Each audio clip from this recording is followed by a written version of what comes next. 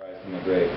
There was no way in hell that I was ever going to believe in that kind of thing, but I had a feeling that if a drug-using teenager with a car full of guns headed to Little Rock to kill a dead president and come back to life by himself, something would go wrong. You might be asking yourself why I decided to go with him, and to be honest, there's only one answer. I had done my fair share of bad things in my life, and I figured that I needed to at least try to make up for a few of them.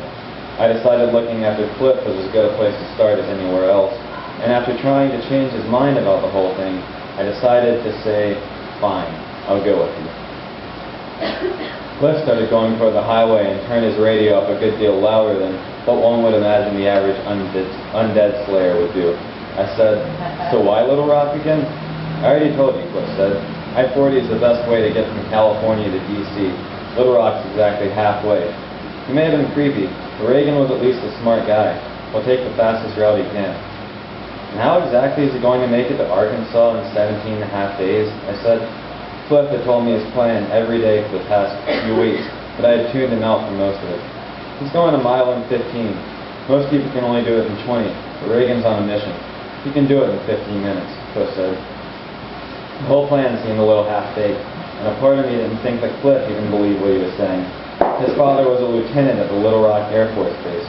Cliff hadn't spoken to his father in 8 years, since he brought his mistress into the hospital room where Cliff's mother was giving birth to her second child.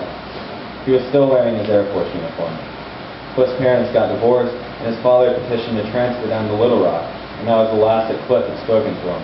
His father sent letters every year at Christmas, and the last Cliff had heard, his father quit the Air Force to become a cop, to patrol the streets of Little Rock like a real asshole, Cliff would say. The one time that I mentioned any of this to him, Cliff only said, don't talk about my father. It's not like you're hearing from yours either. And it was true. My father was a trucker, and I hardly ever saw him.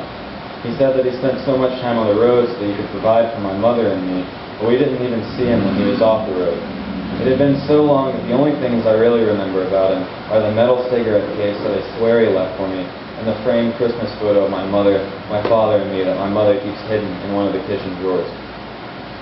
I spent a lot of time in the car reading, trying to think of ways to save our asses if Cliff did something stupid.